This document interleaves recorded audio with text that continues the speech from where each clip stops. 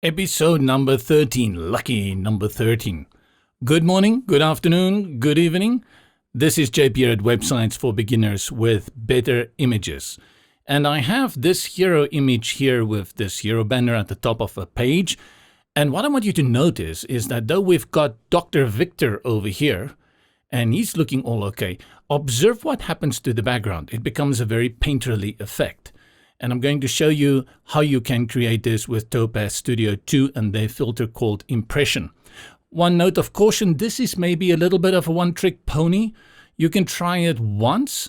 If you do it too many times, your style becomes very, very limited and people will say, Jeffrey, he only knows how to make those kind of images. But if done very uniquely, you can create something that's very different to other sites. So when I work with clients, I try to sometimes make a page like this or a few posts for them just to make the images a little bit different. In upcoming videos, and while I'm saying that, I'm going down here to the bottom and I'm going to open my Topaz Studio 2. Going back to the sentence I didn't finish, in the next week, we will look at filters and effects in a number of these software applications in Luminar 4 that was just released. We'll also look a little bit more at Topaz Studio 2 and On1 Photo Raw. Let me just check. These are three of my favorite go-tos next to, what is that famous one called? Photoshop. And yeah, so next week we'll talk a little bit about filters and effects, exactly what they are.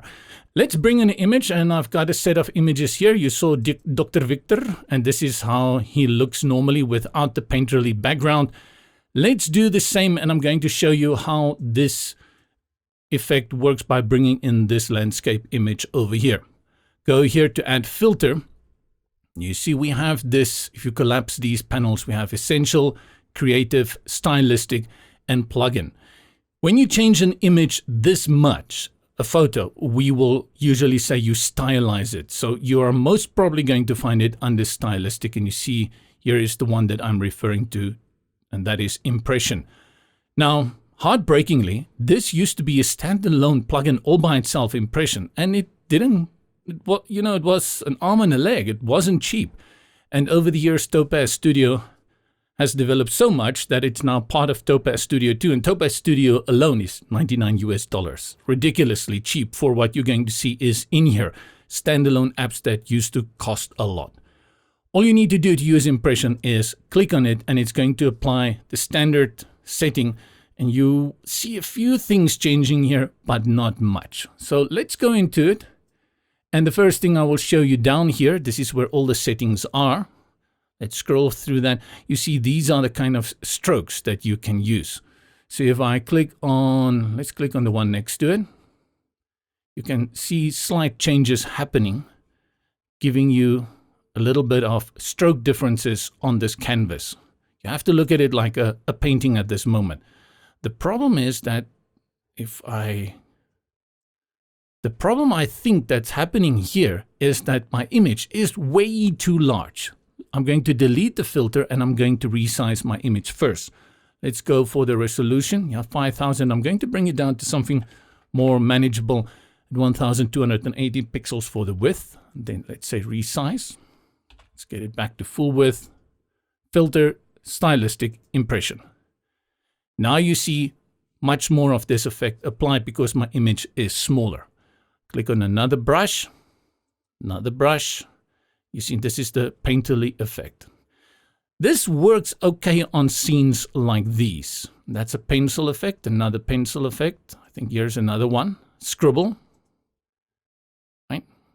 Okay, you see, what is this? The card, I forgot they have names for it. Just say number 13 effects over there. If I scroll down more options here. So if I leave it on this one, I can increase the size of the brush. Now it really goes into that big brush stroke effect that you are used to. And you can also increase other settings like paint volume. You see more colors of the paint coming in. And all these options that you can play with here, you have got stroke width. That will make it thicker, so you see. And then over here, also you can make the stroke longer. Or you can make it very short. Right. And the whole time giving you a very artistic feeling for that. And then you have other settings here over color changes that you can apply. Yeah, we're not going to need that. Lightning is a one that I sometimes use because with this you can determine, just like painters do, the light that falls onto the canvas. And you see over here is the light source, so I can drag it around and I can increase a little bit, right? Shadows. Good. So now you get an idea of what impression is all about and what you can do with it. So I'm going to delete it and I'm going to bring in again another image. Let's bring in these flowers. I don't want to save this. And because it is a very large image, I'll resize it again. Let's put it at 1280, resize it. And then we bring in that filter for impression again. And by default, it applies this. Let's play around a little bit with this smudge one. I like that one. And here we have the number of strokes. I can put it on high. It will give me more painterly effect. And I'm going to increase my brush size. Right, so if you think maybe you are working with a shop, a herbal shop, you know, herbal whatever, or a spa, and they want something very mellow with flowery flowers and something a little bit artistic, then this is a great tool to apply that you can use for that. Let's add some more paint volume there. You see over here, great effects.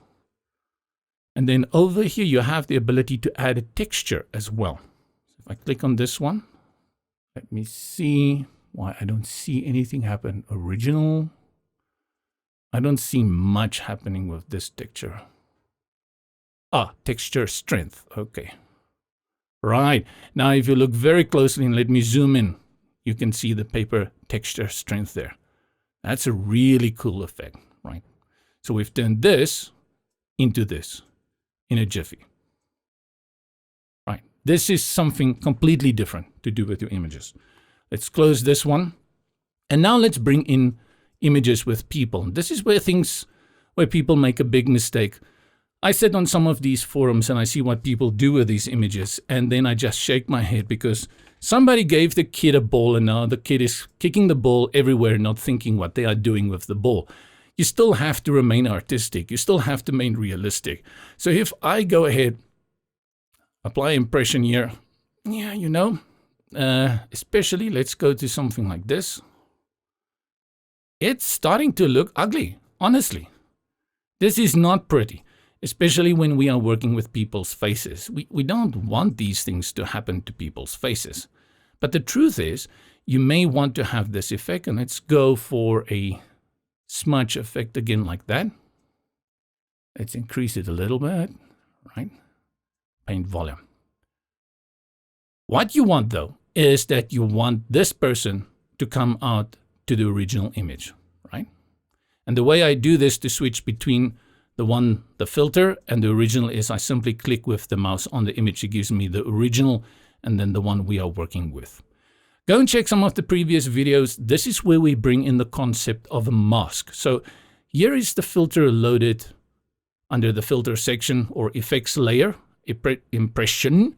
And then here you see this option. It says, what is this? Mask.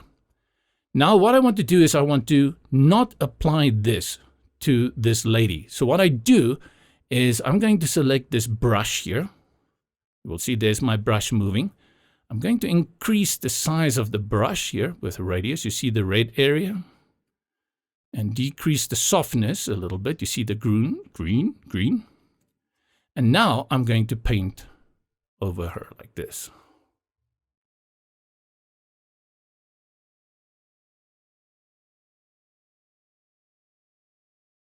And that is similar to what I had done with the doctor. Dr. Victor. Of course, this is maybe a little too strong. So what I can do here with the mask opacity, I can bring it down a little bit. Right. And that just gives your image something a little bit different. This works very well for images like this one. And I think, again, we are working with a huge image.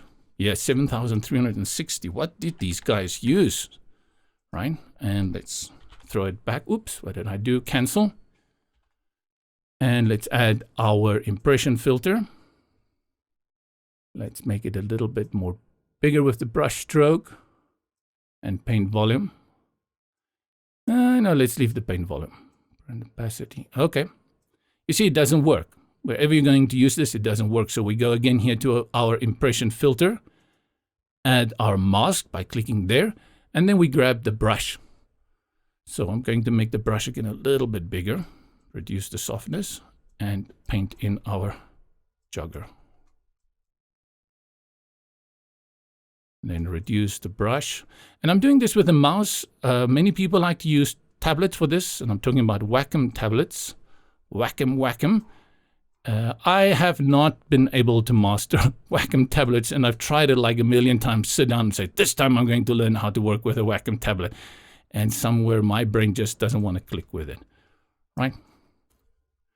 If you think again of using this on a hero image, you can see the possibilities for it. It gives a nice painterly effect, but at the same time, you also have this person in here. If you go over the lines, you want to bring back some of that painting, go here to transparency, drag it all the way there, and then we just paint it back in. And I think by now you have a very good understanding of if you can use it and where you can use it. And what I've said earlier before, that it's kind of a one-trick pony, but you know you can use it. And it's a very great opportunity if you have a whole site with maybe 10 photos on that site, and you apply a little bit of this on each and every photo, and then you bring out the people with the mask. Let's do one more for today's session, and then we are done. Bring in again a group of doctors looking at your x-ray and thinking of the end of the world. Control R because it is too big. And resize. Let's bring in our good friend Mr. Impression. You know, the more you do this, the better you get at it. And let's choose something like this pencil. Ugh. Is it worth it, Simon? Simon says yes. Let's increase it a little bit. More paint volume. Large brush volume. Okay. And then where's that paint overlay? I'm going to bring that. Okay. And then for the impression, I'm going to click here on add the mask. And same procedure like last time. Let's make the mask bigger. Softness. Alrighty. And paint in our good friends, the doctors. They just got their degree yesterday, and today they are discussing your health and your future. Your life is safe in their hands. Okay. And then I'm going to do that a little bit. Bring down the radius. Softness up. Just bring in there a little bit. Focus there. Awesome. It's looking good, Peter. Yeah, something totally different. On the other hand, let's just look at this impression. If you bring an impression and you click here on the impression filter, you will see here at the bottom, it says presets. And these are pre-made sets that you can use. And if you click on them like this, is oil pastel, oil painting, and it will keep my mask. Perfect pastel. What is this? Soft paint spill. Soft strokes. So many different ones. This is charcoal too, and colored pencil. All these presets. And if you got one of these presets and you think this is a good starting block for you, simply click here on apply, and then those settings will apply as a preset to my impression filter. Topaz Studio 2, go check it out. I'll leave a link for you in the description below. See you next week. We will look at what filters and what effects actually are within these software apps that we are using for photo editing.